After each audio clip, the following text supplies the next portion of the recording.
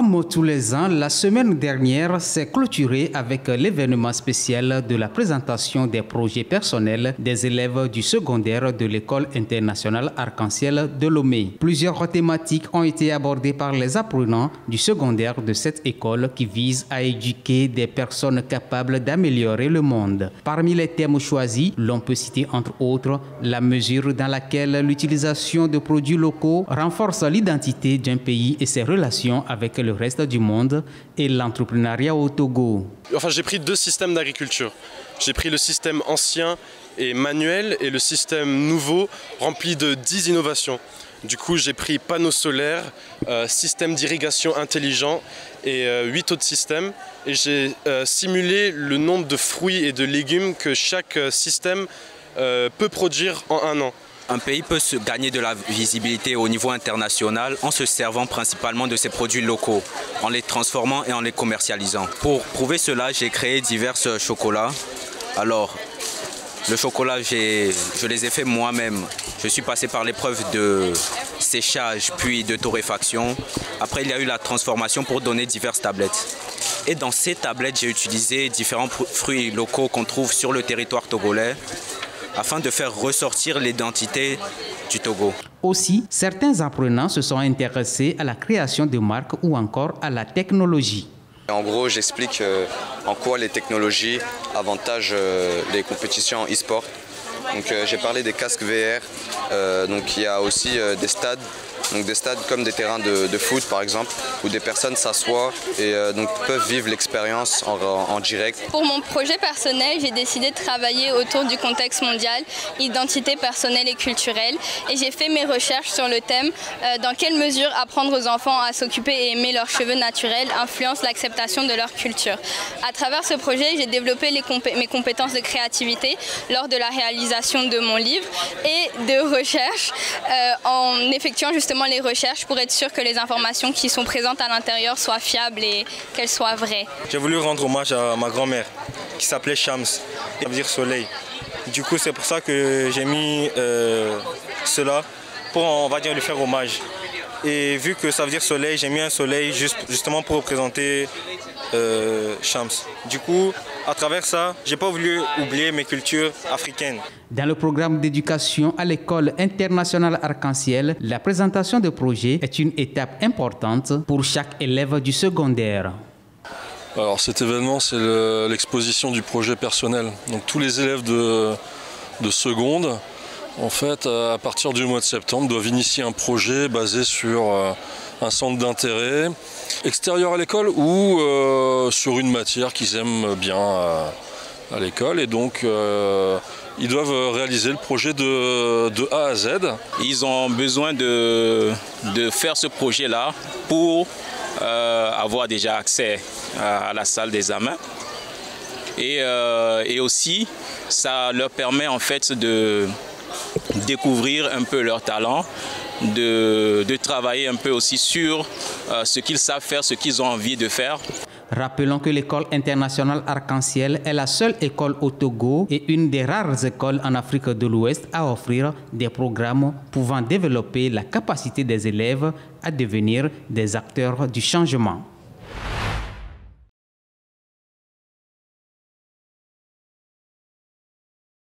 Les réseaux sociaux ont profondément transformé le paysage social, économique et politique au Togo et en Afrique, offrant une plateforme pour l'expression, l'échange d'idées et la mobilisation. Cependant, l'utilisation croissante des réseaux sociaux présente également des inconvénients. Son utilisation et plus précisément celle du TikTok, notamment dans les services publics ou privés, en lieu et place du travail, proprement dit, suscite de plus en plus d'inquiétudes. Sur ce point, TikTok et surtout son utilisation dans les administrations est en train de banaliser des comportements condamnables tels que la distraction des employés. Malheureusement, la concentration excessive sur les réseaux sociaux détourne le pays des opportunités de développement économique. Pour rappel, l'utilisation excessive des réseaux sociaux par les employés pendant les heures de travail entraîne plusieurs conséquences négatives, notamment la baisse de productivité, la baisse de la qualité du travail et surtout la perte de revenus, entre autres.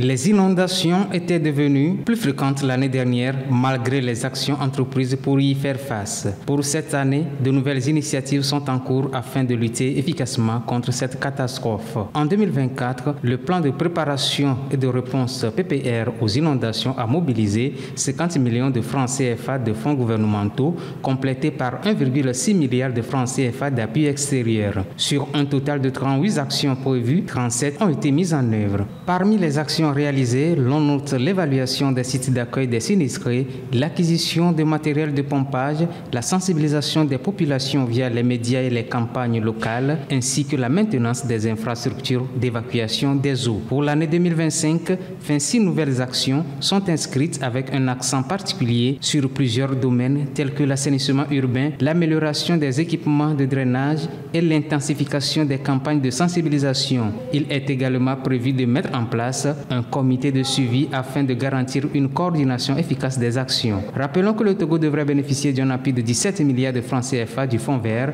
pour le climat via la BOAD pour faire face aux inondations.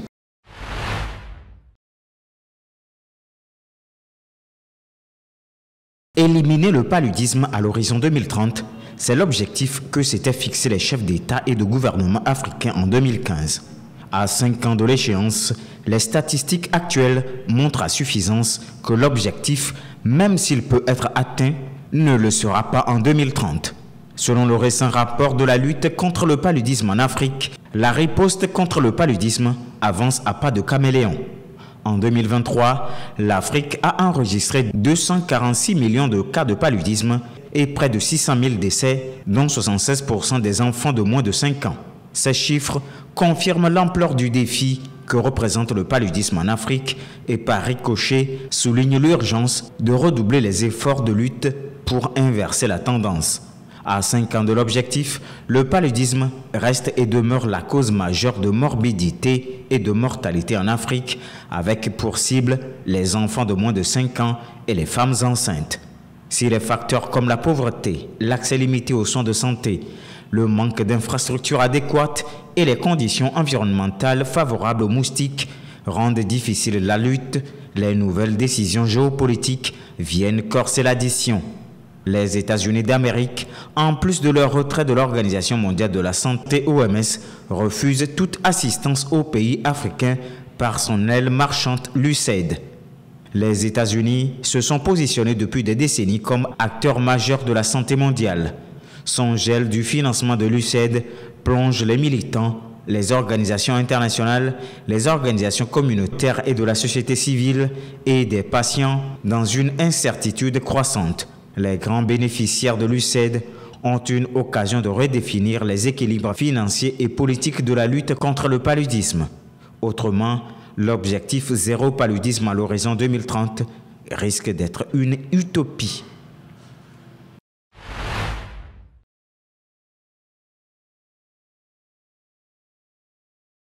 L'industrie culturelle et créative au Togo occupe une place dans l'économie nationale. Sur le marché, elles sont évaluées à plus de 100 milliards de francs CFA. Ce secteur dynamique englobe diverses activités allant de la musique, du cinéma, de l'art à la mode. Selon le rapport de l'Agence française du développement, les ICC, industrie culturelle créative, couvrent les secteurs économiques qui reposent sur la création, la production et l'exploitation de contenus à forte valeur culturelle, artistique ou intellectuelle. Ces secteurs emploient près de 135 000 personnes, soit 4% de la population active. Le secteur est fortement inclusif avec 52% des emplois occupés par des femmes et 15% par des jeunes de 15 à 24 ans. L'exportation de biens et services culturels a généré 24 millions de dollars US de recettes, illustrant ainsi le potentiel du marché togolais à s'internationaliser. Pour le secteur cinématographique, le Togo produit aujourd'hui 70 films par an.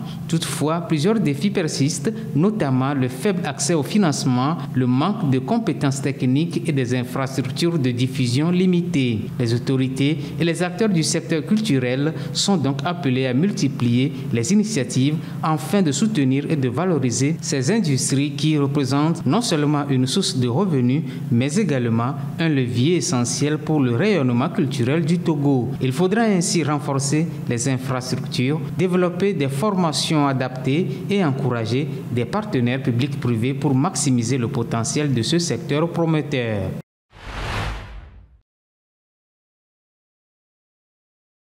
L'intensification des violences dans le nord du Soudan du Sud, en particulier dans l'état du Haut-Nil, compromet gravement l'accès des populations rurales aux soins de santé. C'est ce que dénonce Médecins sans frontières. Cette détérioration de la situation aggrave une crise déjà alarmante. Le Soudan est déjà confronté à de nombreux défis, des épidémies, des inondations, des déplacements de population et maintenant des affrontements dans le Haut-Nil. Tout cela entraîne une augmentation des besoins. Il n'est donc pas temps de réduire le financement à ce pays. Nous exhortons les donateurs et les agences de la communauté internationale à venir en aide au Soudan du Sud. Médecins sans frontières a signalé la fermeture de plusieurs établissements médicaux qu'elle soutenait, privant des milliers de personnes de soins essentiels. En conséquence, le pays enregistre une recrudescence des cas de choléra, une flambée des taux de mortalité maternelle et un accès extrêmement limité aux soins de santé primaires. Lorsque le choléra apparaît, c'est un signal d'alarme. Quand les cas de fistule obstétricale augmentent, c'est que de nombreux aspects du système ne fonctionnent pas. Ce n'est pas seulement une question d'infrastructure ou de personnel. Et si les populations ne peuvent pas atteindre les centres de santé à cause de l'instabilité, elles restent exposées à des complications graves. Déjà classé par l'Organisation mondiale de la santé parmi les pays à l'infrastructure sanitaire la plus faible, le Soudan du Sud voit sa situation empirer. Les attaques contre les structures médicales empêchent des millions de personnes d'accéder aux soins. L'ancien président congolais Joseph Kabila a choisi l'est du pays pour mettre fin à un exil politique entamé en décembre 2022. Il est arrivé à Goma, capitale du Nord Kivu, une ville sous le contrôle du M23 depuis janvier dernier. C'est le mouvement rebelle lui-même qui a officialisé sa venue ce lundi 26 mai, suscitant des réactions contrastées. On ne sait pas si l'arrivée de Kabila pourra changer quelque chose, d'autant plus qu'il a été président et que rien n'avait changé. Son arrivée ne nous garantit pas le changement maintenant, alors qu'il fut président.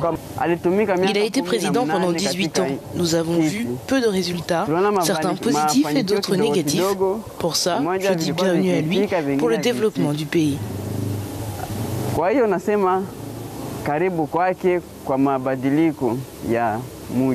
Le retour de Kabila intervient dans un contexte de tensions politiques et sécuritaires exacerbées. Le chef de l'État, Félix Tshisekedi, a toujours accusé son prédécesseur d'être derrière la rébellion du M23 AFC. Cette arrivée à Goma soulève de nombreuses questions. S'il est arrivé à un endroit où il y a la guerre, peut-être qu'il est venu s'unir avec nous, les enfants de Goma, qui vivons dans la guerre. Nous avons trop souffert à cause de la guerre. Peut-être que sa venue pourra changer les choses et mettre fin à la guerre. Le retour de Kabila intervient 3 jours après une rare prise de parole vidéo depuis l'étranger, alimentant les spéculations sur ses intentions politiques. Pour certains analystes, ce retour de Kabila ouvre un nouveau chapitre dans la crise politique et sécuritaire que traverse la RDC. C'est absolument une contre-offensive politique qui vient à Goma. Et comme vous le savez, c'est un homme politique insondable, imperméable. Jusque-là, il est délicat de savoir la position qu'il va prendre, mais je pense que l'État va suffisamment nous renseigner sur ses prochaines prises de décision. Dans un contexte sécuritaire marqué par des conflits dans l'est du pays, Joseph Kabila Kabange a appelé la classe politique à se surpasser pour trouver des solutions congolaises aux problèmes congolais. Agatha Habyarimana, veuve de l'ancien président rwandais, n'est pas totalement tirée d'affaire. Le parquet national antiterroriste de France a indiqué ce lundi avoir fait appel du refus de mise en examen de cette dernière. Il demande de nouvelles investigations sur sa possible implication dans le génocide des Tutsis. Placée depuis 2016 sous le statut intermédiaire de témoin assisté dans cette enquête ouverte en 2008, Agatha Habyarimana croyait avoir échappé à ce stade à un procès. La femme de 82 ans, veuve de l'ancien président rwandais Hutu, assassiné dans ce génocide, avait bénéficié le 16 mai dernier d'une ordonnance de refus d'acte. Les juges d'instruction ont estimé qu'il n'existe pas d'indices graves et concordants la désignant complice du massacre. Selon les associations parties civiles, elle était l'une des dirigeants de l'Akazu, le premier cercle du pouvoir Hutu qui aurait orchestré le génocide, ce qu'elle refuse depuis le début de l'enquête. Exfiltrée en Europe le 9 avril 1994 par le président François Mitterrand, elle est installée en France depuis 1998 où elle vit son statut légal.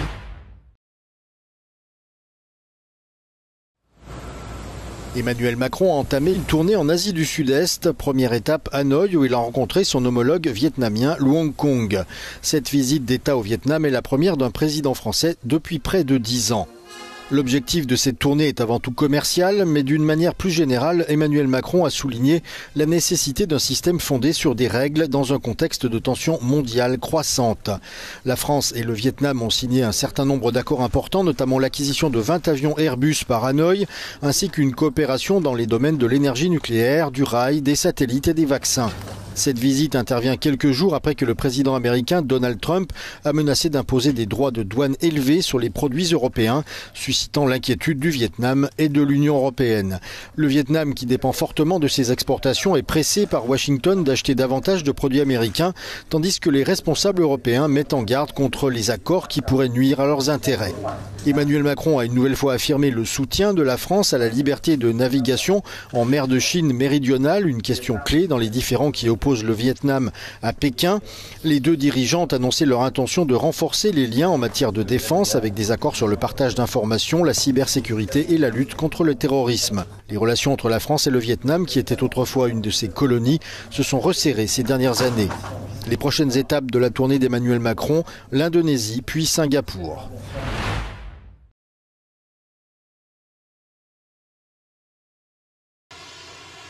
Donald Trump affirme que Vladimir Poutine est devenu complètement fou et menace Moscou de nouvelles sanctions. Le président américain a fait cette déclaration après des frappes russes d'une ampleur inédite depuis le début de l'invasion de l'Ukraine.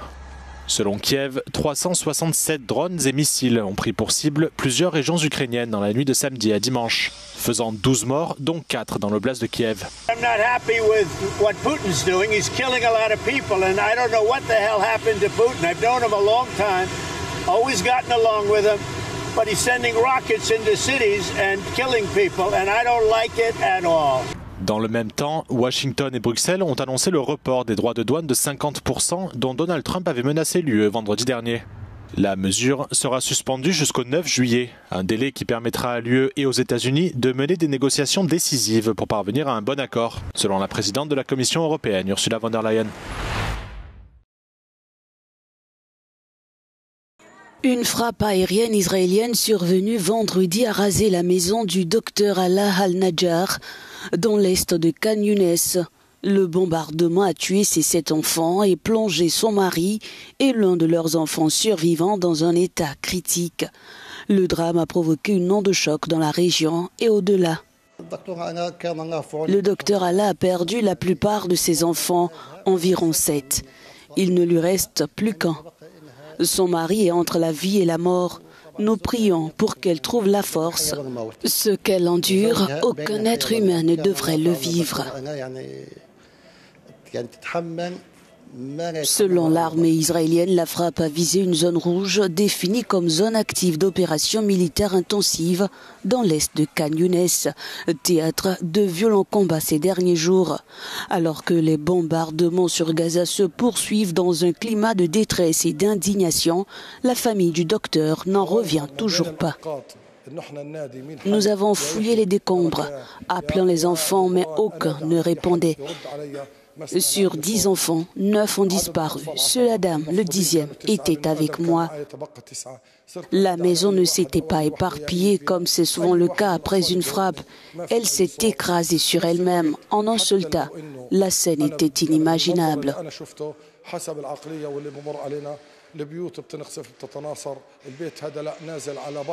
Le docteur Alaa et son mari, tous deux médecins, elle pédiatre, lui chirurgien, avaient consacré leur vie à sauver celle des autres. Aujourd'hui, ils sont eux-mêmes les victimes d'un conflit qui frappe indistinctement famille, civils et personnel soignant.